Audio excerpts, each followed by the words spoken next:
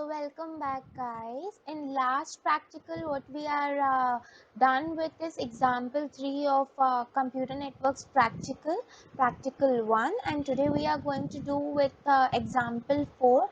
It is also all about static routing. We are going to use here 2 routers, 3 PCs and 3 switches. The new thing you are going to use here is these 3 switches to connect the routers to the PCs. Okay, and the routers are connected with these switches and the PCs using the fast Ethernet ports only. And here we are going to use the copper straight wire to connect the routers to the switches and the switches to the PCs, and the routers are to be connected using the serial DCE wire as we seen in the last practical, in the last example I mean. Okay, so let's first develop this diagram in the Cisco packet tracer and then we'll do further. First you have to select 2 routers. Routers will be 1841 routers. Then these 3 PCs.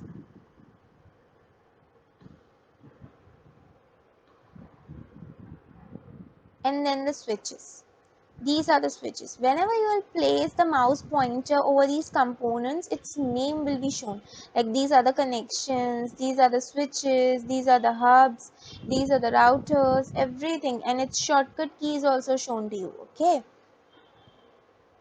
you have to select this particular switch 2950-24. Okay, 3 switches must be selected and placed here, and these routers are connected to the switches using this copper straight wire, this one.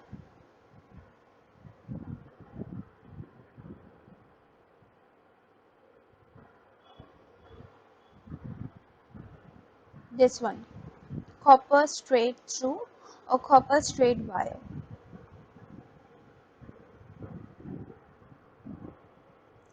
Always I say, please take care of the ports you are using for the connection. Remember these ports I mean, because these are required to be remembered for the configurations you do, the addresses you add for the particular component.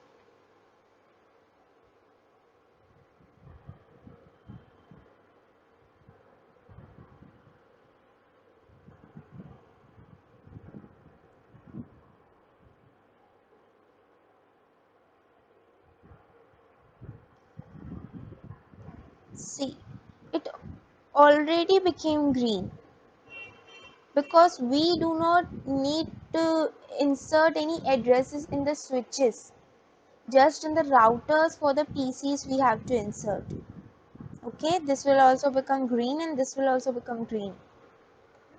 Now we have to connect these both the routers using the serial DCE wire, as we have already seen this in the last example we did in the last video.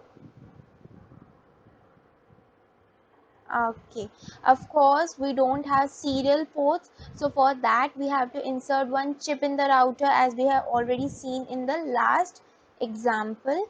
So for that you have to follow these steps. You have to enter into the router, you have to power off the router, you have to insert this particular chip in the router like this, and then you again have to on the router. Okay, similarly do with the other router as well.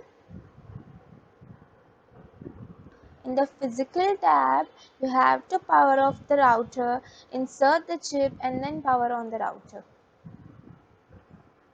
Okay. Then select the wire, serial DCU wire, and then you can see serial ports are available. Now for the connections. We are done with the connections, that is the components to be connected to each other are done.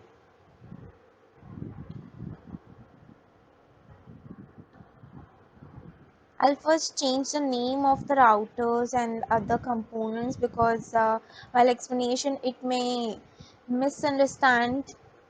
So I'm doing it. Host name of the router is a compulsion. You have to change it.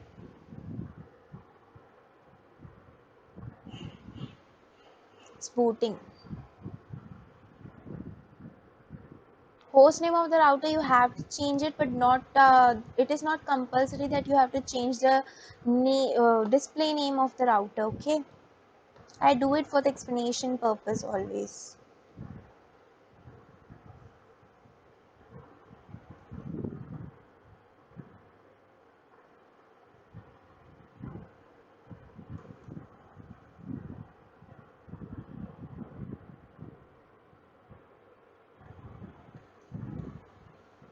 Okay, so now we'll first insert the addresses into the PCs.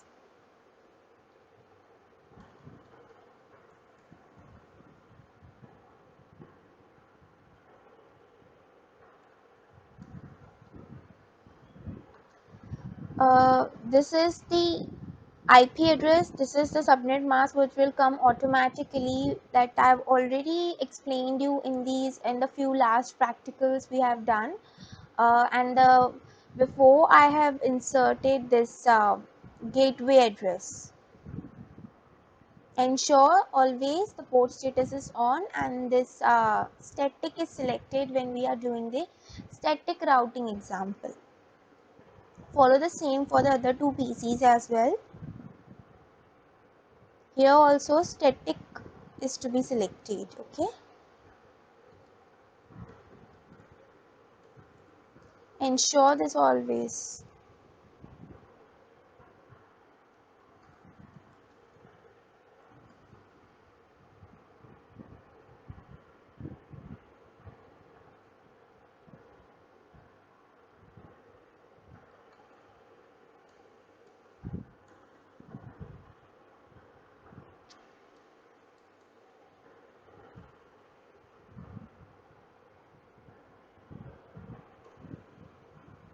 Okay, so we are done with inserting the addresses into these PCs. Now we have to insert the address in the routers. I'm using the GUI method for this. This one is the address we have to insert for connecting it to PC1. True. Switch 1, or you can say switch 0, as I have not changed the name here.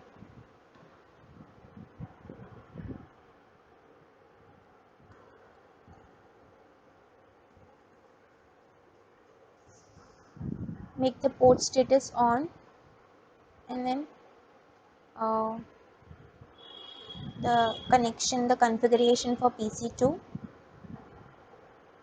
You can see commands are coming by itself only when we are using the GUI method.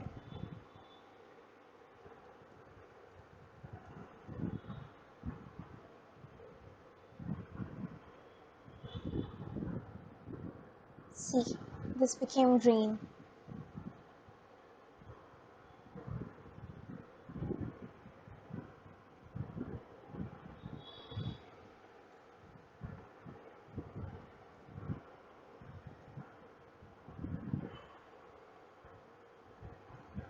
Okay, now almost it is done.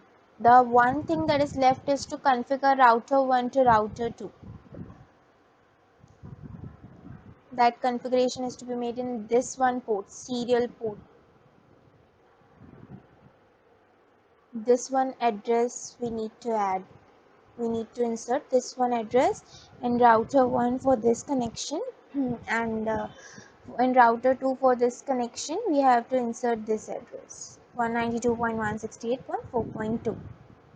Okay, now I will insert this particular address.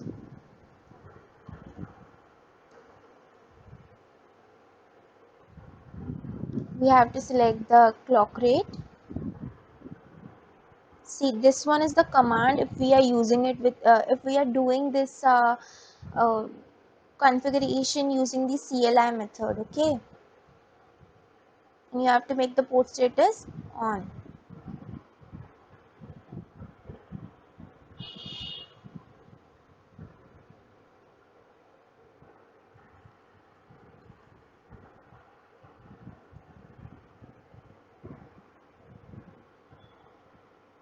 Following the same steps for R2 as well, that is router 2 as well, and close.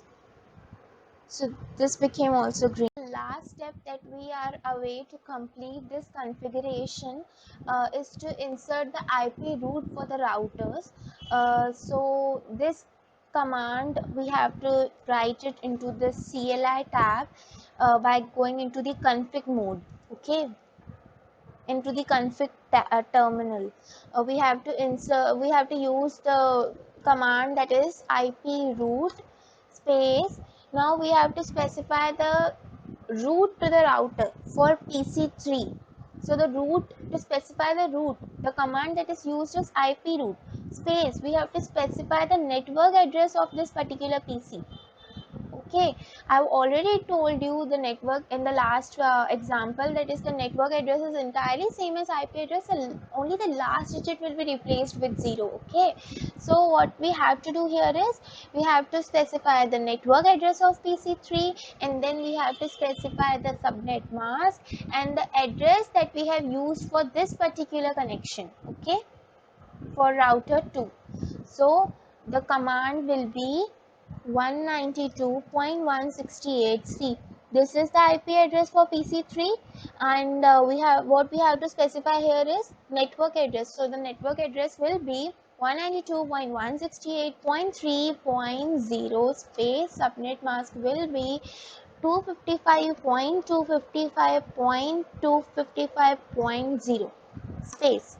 Now the address that is used for this particular connection for router 2 is this one.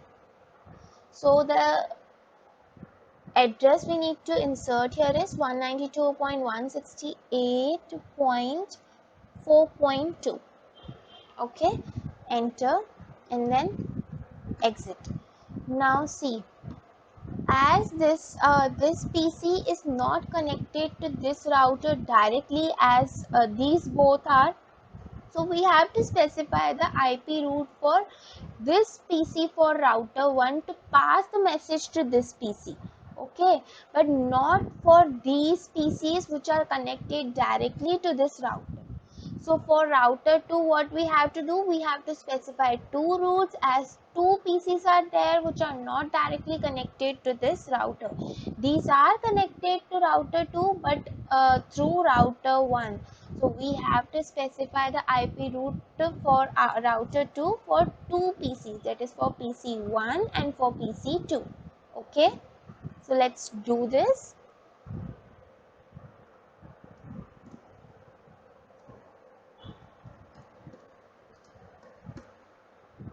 By entering into the config terminal.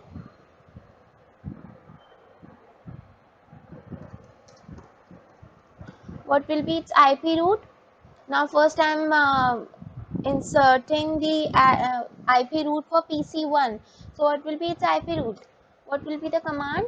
IP route space 192.168.1.0, the network address of PC1 space subnet mask space, then the address that is used for this connection. What is that? What address we have used? This one. Okay, so 192.168.4.1 and then enter.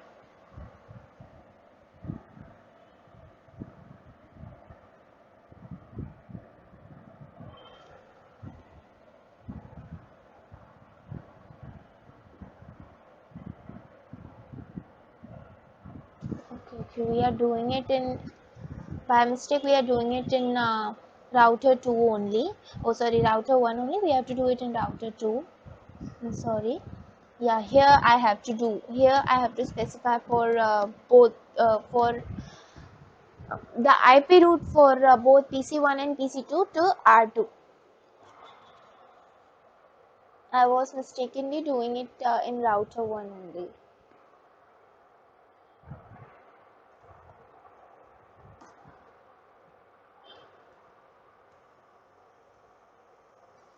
This is the network address of PC1, subnet mask, and then this address. Enter. Again for PC2,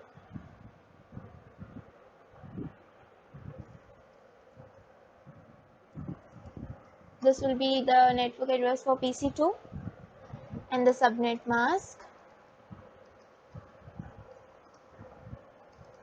and this address.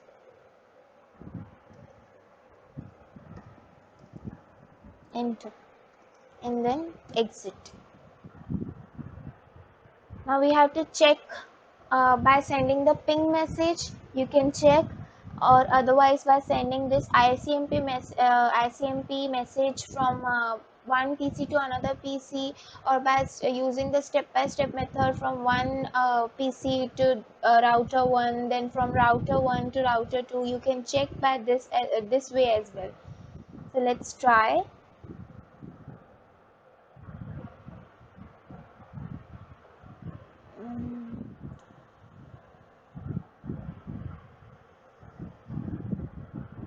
Successful.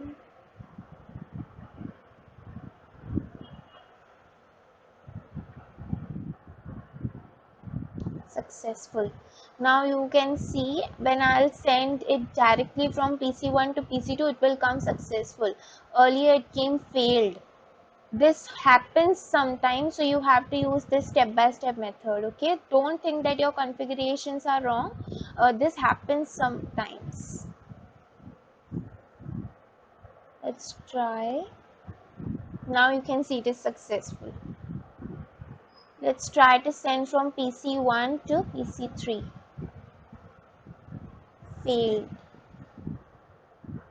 Let's try the step-by-step method.